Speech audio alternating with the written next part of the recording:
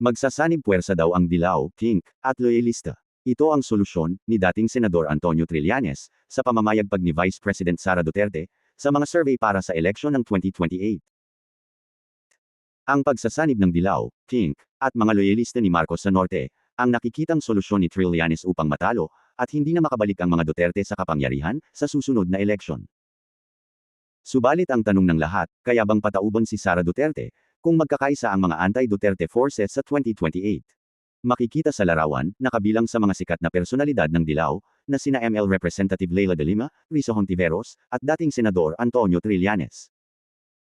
Ang plano nila, patatauban si Sara Duterte dahil ito lang umano ang malakas na nakikita nila sa ngayon. Ayon sa sinabi ni Trillanes sa interview, 3 race ang nakikita niyang tumakbo. Si Sara sa kampo ng mga Duterte, isa sa kampo ni Marcos, at isa rin sa kampo ng Pink Dilaw. At kung sino daw ang mababa sa survey, sa pagitan ng Dilaw at kampo ni Marcos, kinakailangan na mag-give up para magkipag-anib upang tapatan si Sara Duterte. Subalit, kaya ba talaga nilang talunin si Sara Duterte? Ang sagot ay hindi. Malakas si VP Sara Duterte sa Visayas at Mindanao na may kabuuang botante na hindi bababa sa 45% sa buong Pilipinas. Nakikita ko na magkakaroon ng mga alyansa si Sara Duterte sa Luzon na siyang magpapalakas ng kanyang impluwensya sa mga lugar na ito. In fact, may mga nakikita na tayong kilalang mga personalidad ang siyang aanib kay Sara sa darating na eleksyon.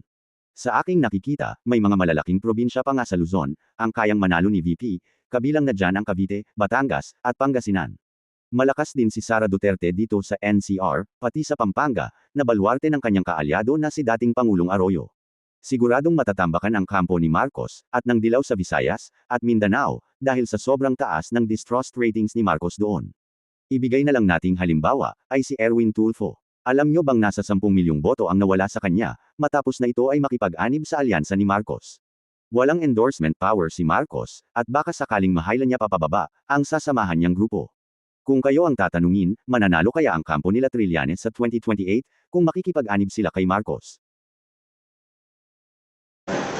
Ang primary reason kung bakit popular pa rin siya ay dahil hindi kilalang lubusan ng mga Pilipino yung tunay na pagkatao ni Sara Duterte.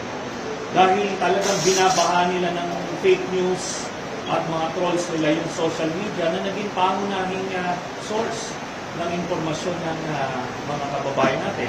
At ito nga, isang paraan ito na para ma-expose yung iba't ibang insidente ng pangungurako at iba pang anomalya na ginawa ni Sara. At hopefully, mamulat sila. Papatuloy namin yung pagmumulat sa mga kababayan natin. Hindi ito biro na aligasyon lang.